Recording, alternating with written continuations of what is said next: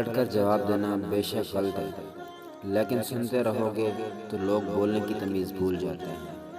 آہستہ آہستہ دل بھی بنجر ہو جاتے ہیں، برے رویوں سے، تلخیوں سے اور نفرتوں سے۔ انسان نے ترقی تو بہت کی، لیکن ایسا کچرا دان نہ بنا سکا جس میں وہ اپنی نفرتیں، دعوتیں، تعصب اور جہالت کو پھینک سکے۔ اگر تم اس وقت مسکرا سکتے ہو جب تم پوری طرح ٹوٹ چکے ہو، تو یقین جانو کہ دنیا میں تمہیں کوئی توڑ نہیں سکتا۔ جس معاشرے میں تعلیم یافتہ لوگ غریب ہوں اور جرائم پیشہ افراد امیر، اس معاشرے میں نئی نسل کو قائل نہیں کیا جا سکتا کہ تعلیم کامیابی کی کنجی ہے۔ معیار یہ نہیں ہے کہ آپ کو کتنے لوگ پسند کرتے ہیں، بلکہ معیار تو یہ ہے کہ کس طرح کے لوگ آپ کو پسند کرتے ہیں۔ ہجوم سے معیار تک بہت فاصلہ ہے۔ جو جتنی توجہ کے قابل ہو اس کو اتنی اہمیت دو۔ کم ظرف لوگوں کا حد سے زیادہ خیال رکھو گے تو اپنی اہمیت کھو دو گے۔ خاموش ہو جانا اور کچھ نہ کہنے کا مطلب ہرگز نہیں ہوتا کہ اس کے پاس کہنے کو کچھ نہیں، بلکہ اس کا مطلب ہے کہ آپ میں وہ سچ سننے کی ہمت نہیں۔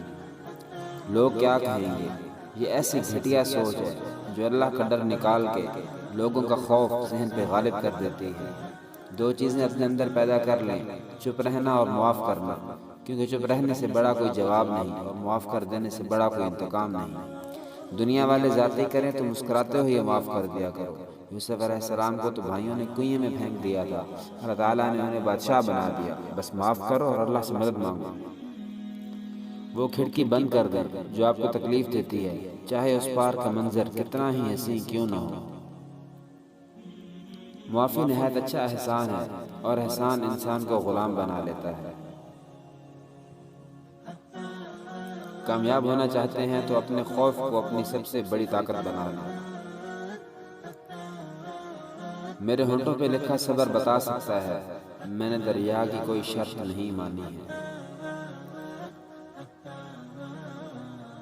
لوگ اکڑ کر ایسے چلتے ہیں جیسے آب حیات پیتے ہیں۔ دماغ علم حاصل کرتا ہے تو بولنے لگ پڑتا ہے، علم دل پہ اترتا ہے تو چپ لگ جاتی ہے۔